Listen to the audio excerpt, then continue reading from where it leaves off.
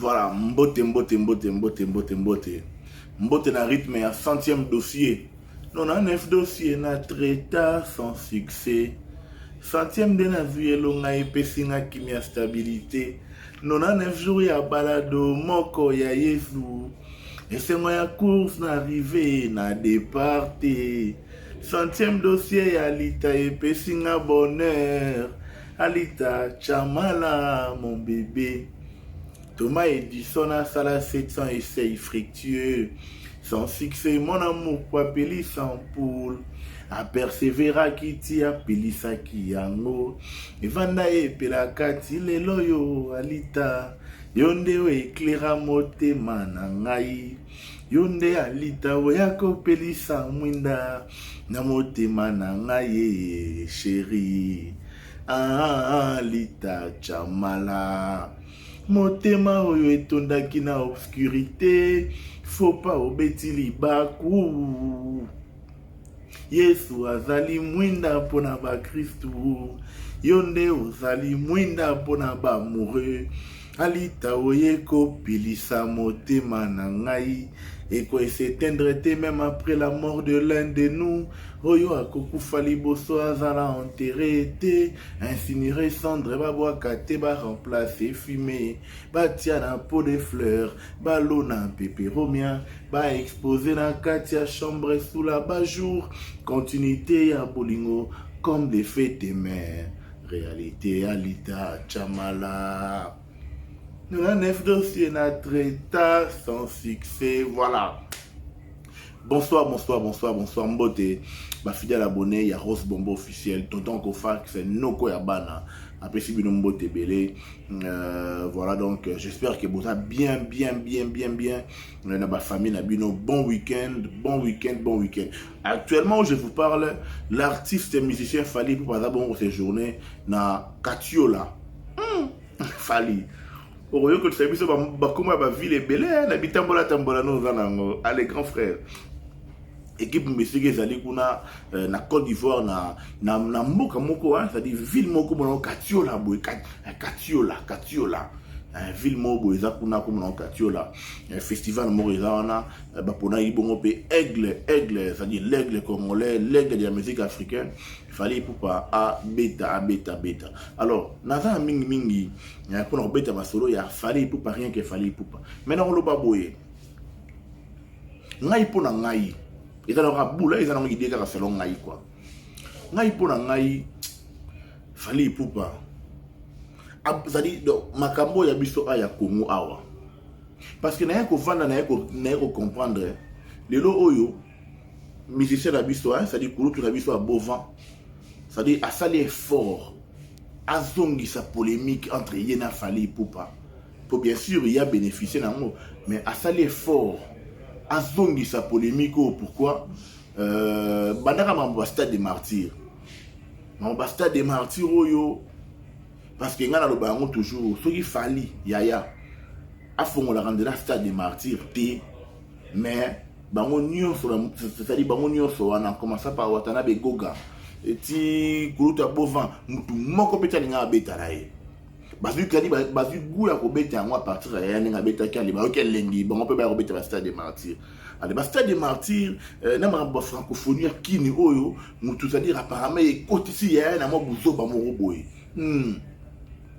c'est-à-dire moi pas polémique mo boye oyo kuruta wana ya Bovan afali azo sepela na yango a créer ba nini c'est-à-dire ba comparaison mo boye tout et consort voilà pour y a bénéficier nango ya ngai pena pour nanga na vani na réfléchir ya attendre concert ba yo bon vouloir ngati mais ça analyse point de vue na ngai attendre concert na biso grand public ya Formule 7 na mono dirait ya pima biso yango nanu tika biso de aura Formule 7 na ba bar ça dit tout streamer yango to somba somone to somba on a ba plateforme de téléchargement tu aurais bilingi non ka ndingwana parce que makambo na biso ya Kinshasa awa na système ya madiembe là o ekomi awa on dirait un homme comme côté ça y a ça dit na ba comparaison bête ba polémique moko bête makambo ya pam wana Bon, actuellement, Fally Ipupa dans ces journées, bon, on a Côte d'Ivoire, à nous prester déjà, donc l'état déjà une mission aussi dans les côtés à la publier. Je crois que tout le monde a déjà, ça dit tout le monde a déjà une image déjà, il y a Côte d'Ivoire. Après Côte d'Ivoire, Fally Ipupa a presté bon na Guinée équatoriale, voilà. Makambo c'est qu'on est bandit. Makambo est bandit. Francophonie c'est là déjà. Francophonie c'est là déjà. Francophonie c'est là déjà. Alors Makambo c'est qu'on est bandit. Et après Côte d'Ivoire, Kouroutou, Aigle, Aigle, on a Guinée équatoriale. On a Guinée équatoriale. Après Guinée équatoriale, à Tanzanie, na Zanzibar. Après Guinée équatoriale, Aigle, en réellement pour se produire na Tanzanie, na Zanzibar. Mais quel est le pas les gars, c'est fini déjà. C'est que Moutuna Moutou, a Zongeli, Makambo ya Salaka. Soki oza local tikala vandaka na Congo tala makamnenge ezoleka surveiller mboka soko ozoka ba production libanda lokola Fally Ipupa kende kobeta parce que lycée Bosangani déjà yango oti kosila déjà lycée Bosangani déjà et oti kosila déjà lycée Bosangani ba francophonie lycée Bosangani et sangisi yaya na ba artiste local bazaki na besoin de visibilité. Si bango francophonie beaucoup de lumière beaucoup de visibilité allez bakangan balaki francophonie or Fally Ipupa poiza Fally Ipupa azala qui n'a besoin de représenter kaka la francophonie te poiza Fally Ipupa pour ce que le francophonie que prester la francophonie na palmarès à yaya donc mon qui azaka grand donc et c'est-à-dire et full inde ba artiste mususu voilà et puis si bango lumière ba moi visibilité. C'est-à-dire que moni bango pe bango pe existe à rapper. Voilà. Donc en tout cas moi je suis très content na maramne ezo kende on a lobi po na ngai on dirait Aigle api mabi soit à concert il y a grand public il y a formé cette art na Kinshasa.